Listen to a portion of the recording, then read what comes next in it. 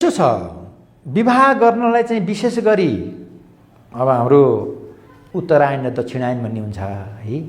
अहिले चाहिँ के छन् भन्दाखेरि दक्षिणायन छन् हैन त, दक्षिणायन छन्, माघबाट चाहिँ उत्तरायण हुन्छन् हैन। सकेसम्म उत्तरायणमै बिहा गर्नु भन्छन् भन्नलाई चाहिँ हैन।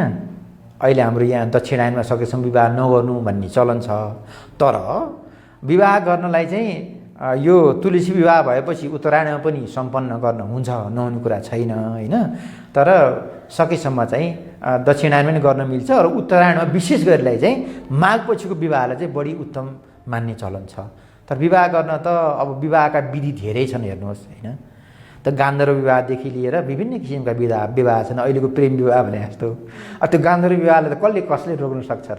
किनकि जतिखेर दुईजनाको कुरा मिल्यो विवाह भइहाल्छ। अनि त्यसकारण विवाह भने दुई मनको चाहिँ मिलन पनि हो र हामीले सामाजिक रूपमा चाहिँ यसरी यो बेलामा गर्ने भनेको चाहिँ सामाजिक हिसाबमा हो है। फेरि धार्मिक हिसाबमा चाहिँ यो महिनामा गर्नै नहुने भन्ने कुरा छैन। विशेष गरी यो चतुर्मासभरि चाहिँ नगर्दा चाहिँ नगर्नै पर्ने हुन्छ कि नारायण चाहिँ साक्षी हुनुहुन्न र हिन्दू धर्मअनुसार चाहिँ चतुर्मासभरि चाहिँ नगर्नै उत्तम हुन्छ। यस्तो हुन्छ विवाह गर्ने जोडीको चाहिँ के हुन्छ भन्दाखेरि उनीहरूको लग्न राशि हुन्छ, त्यो राशिसँग मेल खाने अर्को जुन हाम्रो त यो घुमिरहन्छ 12 राशि हुन्छ, 12 राशि घुमिरहन्छ 24 घण्टाभित्रमा हैन।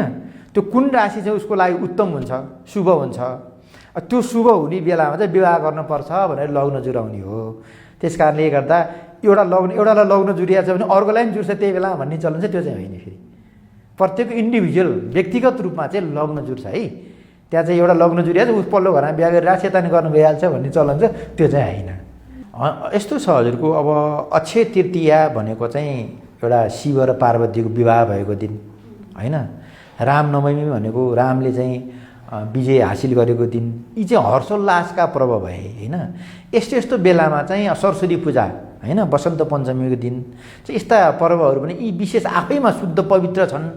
यस्ता पवित्र दिनहरूलाई फेरि तिथिमिति जुराएर भने ती पवित्रतामाथि अलिकति चाहिँ हाम्रो सम्मान नपुग्ने हो कि ठेस पुग्ला कि भनेर त्यस्तो बेलामा चाहिँ विशेष तिथिहरू अलिक जुराइरहनु पर्दैन, यो शुभ छ भनेर भन्न आँटिएको। विवाह भनेको चाहिँ अग्नि साक्षी राखेर गर्नुपर्ने कार्य हो। हेर्नुहोस् है, हवन जुर्नुपर्छ, अग्नि जुर्नुपर्छ। अग्नि नजुरेसम्म विवाह सम्पन्न हुँदैन। हेर्नुहोस् है, त अग्नि नजुर्ने अवसर पर्छन् त्यो बेलामा। त्यो अग्नि नजुर्ने भएको हुनाले विशेष गरी त्यो बेलामा चाहिँ विवाह नगरिया हो। खासै अन्य हिसाबले गर्नै हुँदैन।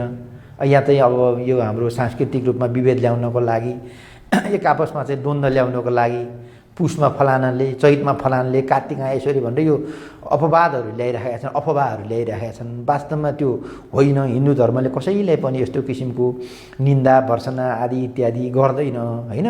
विशेष हिन्दू परम्परा अनुसार चाहिँ अग्नि नजुरेसम्म विवाह गर्न नहुने भएको हुनाले ती महिनाहरूमा खास गरी अग्नि जुर्दैनन्।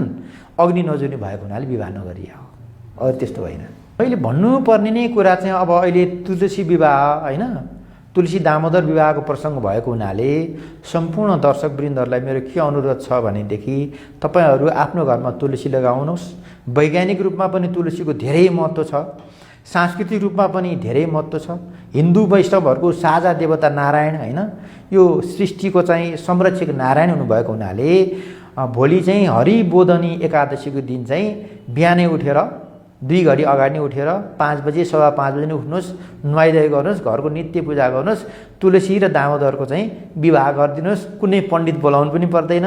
हजुर आफैले तुलसीसँगै नारायणको फोटो भयो भने शालग्राम हैन, नभएदेखि के छ हामीसँग उपलब्ध राखेर विवाहको मण्डप जस्तै बनाएर विवाह गरिदिनुहोस्। र हाम्रो 11 इन्द्रिय हुन्छन्, ती 11 इन्द्रियलाई नै पवित्र पार्नुहोस्। कर्मेन्द्रिय, ज्ञानेन्द्रिय हैन, र हाम्रो मनलाई नै पवित्र पार्नुहोस्। यहाँहरूले आँटेका कामहरू पनि शुभ हुनेछन्, लोकलाई पनि कल्याण हुन्छ र यहाँहरूको पनि भलो हुन्छ र परलोकमा पनि यहाँहरूले मोक्ष पाउनुहुन्छ भन्ने चाहिँ म अनुरोध गर्न चाहन्छु।